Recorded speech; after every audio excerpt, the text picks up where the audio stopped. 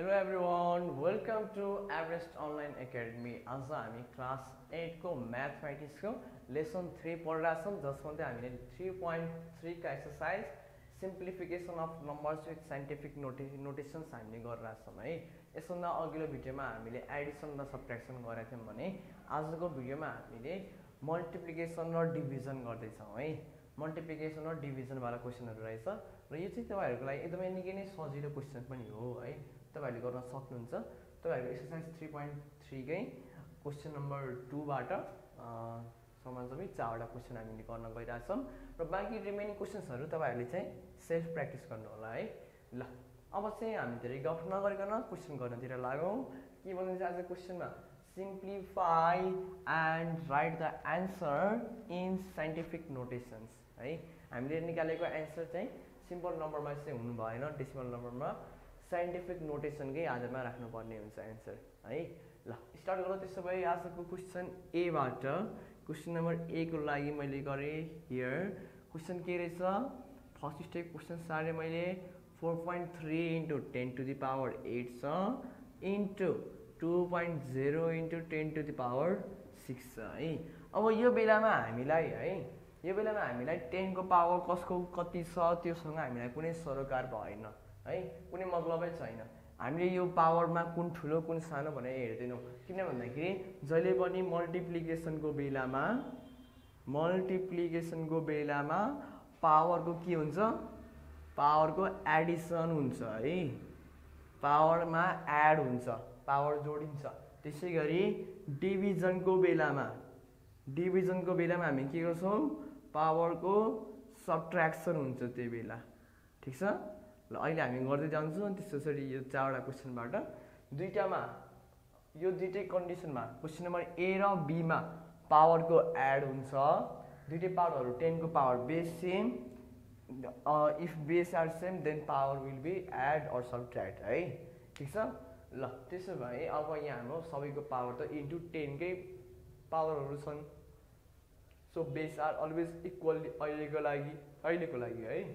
ल त्यसो भए हामीले यो दुईटा क्वेशनमा ए र बी मा पावरको एड गर्छौं भने क्वेशन नम्बर सी र डी मा हेरौं, यहाँ डिभिजन छ, डिभाइड भइराछ सी र डी मा।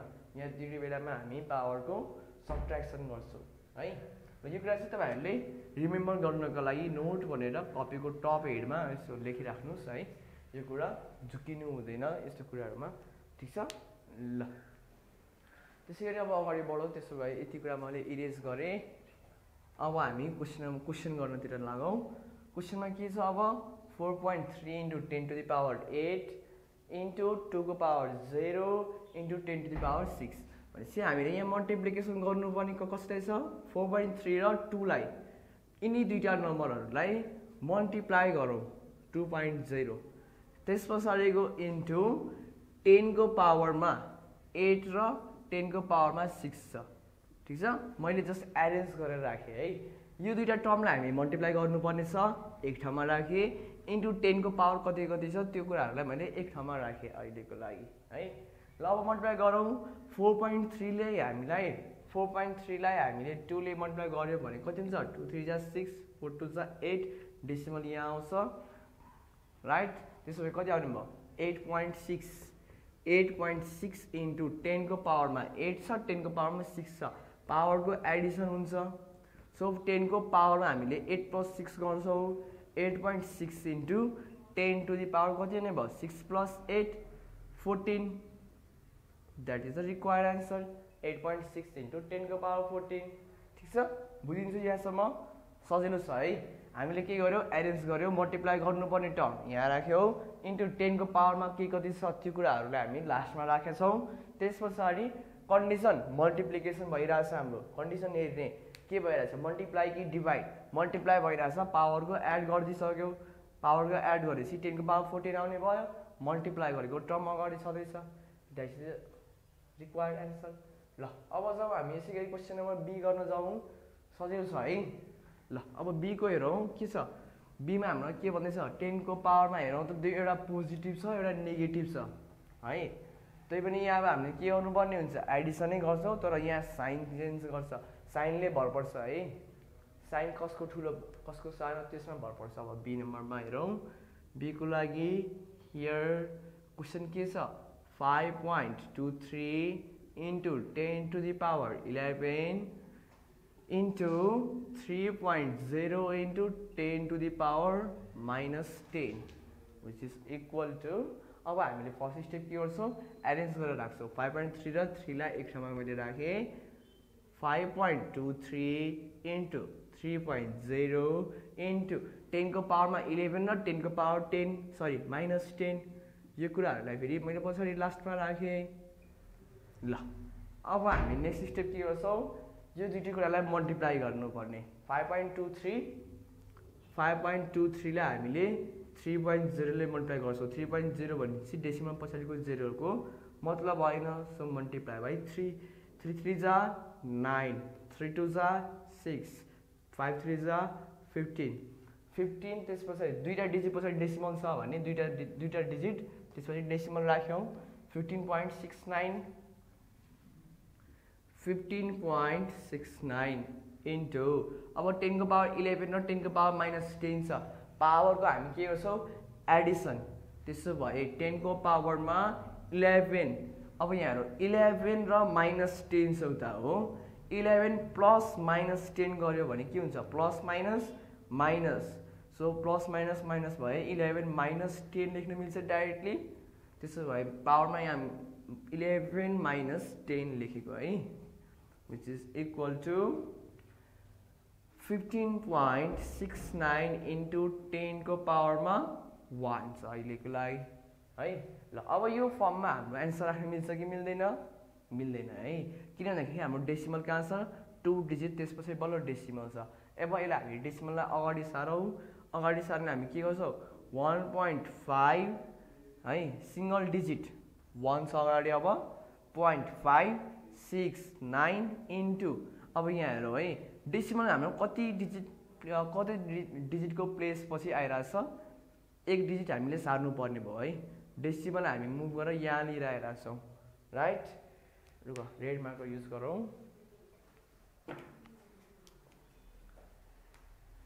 यहाँ हेरौँ यो डेसिमलको पोइन्ट हाम्रो मुभ गरेर हामी यो 1 पछाडि लिएर आइरहेछौँ है। ल डेसिमलको पोइन्ट मुभ गर्नको लागि हामीले इन्टु 10 गर्छौँ र इन्टु रिमेनिङ 10 को पावर 1 छँदैछ, which is equal to 1.569 into 10 to the power यहाँ 1 छ के पनि छैन भने 1 छ है, 1 प्लस 1 2 हुने भयो, 1.569 into 10 to the power 2 and this is the required expression। ठिक छ, बुझिन्छ यहाँसम्म, बुझिन्छ है।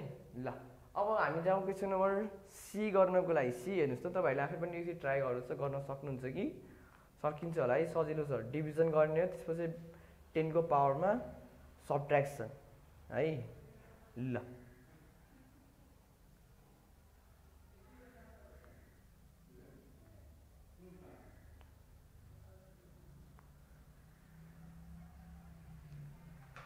इरेज गरौँ, क्वेसन नम्बर सी गर्नलाई जाम। अब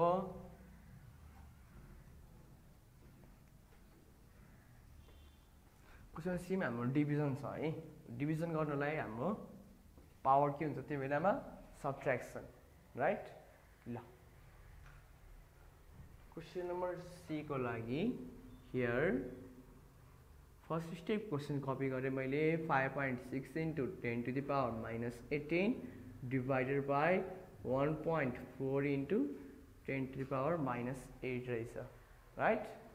ल अब यस पछाडि हामी के गर्ने डिभाइड गर्नुपर्ने टर्म है, एकछिन डिभाइड गर्नुपर्ने टर्म हाम्रो यति मात्र 5.6 र 1.4 को हामी डिभिजन गर्छौँ र 10 को पावर यिनीहरूको त छुट्टै कुरा गर्छौँ है।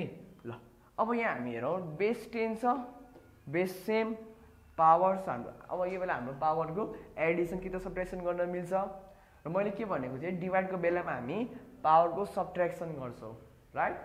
मल्टिप्लाईमा पावरको एडिसन हुन्थ्यो भने अब हामी सबट्र्याक्ट गर्छौँ।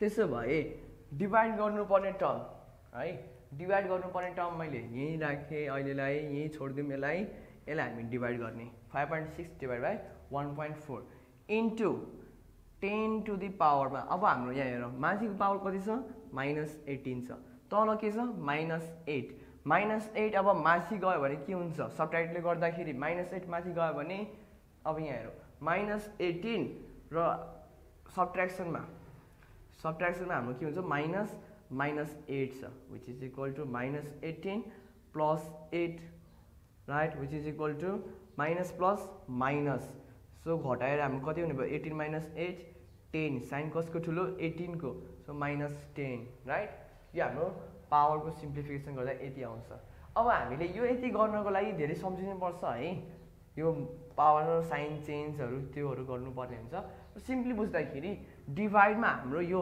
तल छ डेनोमिनेटरको है डेनोमिनेटर भयो यो चाहिँ न्युमेरेटर राइट ल तपाईँहरूले सर्टकट बुझ्नुहुन्छ है न्युमेरेटर तल डेनोमिनेटर छ राइट डेनोमिनेटरमा हाम्रो जुन पावर छ 10 को पावर समथिङ जेसुकै पावर होस् अहिलेको लागि त्यो टर्म माथि गयो भने के हुन्छ प्लस छ भने माथि गयो भने माइनस हुन्छ माइनस छ भने माथि गएर प्लस हुन्छ है साइन चेन्ज भइदिन्छ यति बुझ्ने कि तलको टर्मको पावर जुन छ पोजिटिभ छ भने माथि गयो भने नेगेटिभ छ नेगेटिभ टर्म माथि गयो भने पोजिटिभ हुन्छ है त्यसो भए 10 टु पावर -18 छँदैछ माथिको टर्मलाई नचलाउँ तलको टर्म -8 छ त्यो माथि गयो भने +8 हुन्छ ठीक छ बेस भनेको त 10 नै हो दुईटैको लागि बेस त इक्वलै छ 10 को पावरमा के हुने भयो 10 टु होल पावरमा -18 छँदैछ -8 माथि गयो +8 ल अब हामी यहाँ डिभाइड गरौँ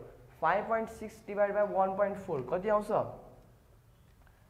5.6 लाई 1.4 ले डिभाइड गर्यौं भने 4 आउँछ है which is equal to 4 into 10 to the power -18 plus 8 minus 10 अब यो सिम्प्लिफिकेसन त -18 plus 8 minus 10 एड त हाम्रो त्यही नै हुने हो जस्ट यो के हुन्छ साइन चेन्ज गर्नलाई यो गर्नु भन्दा राम्रो यो गरिराख्नुलाई त्यो यो गर्नु र यो कुरा भन्नु भनेको सेम हो है यो गर्नलाई र यो सजिलो बुझ्नको लागि चाहिँ तलको पावर नेगेटिभ छ भने माथि गयो भने पोजिटिभ गयो भने नेगेटिभ हुन्छ यति बुझ्न सकिन्छ है ल अब यस पछाडि हामी जाउँ नेक्स्ट क्वेसन नम्बर डी मा जाउँ है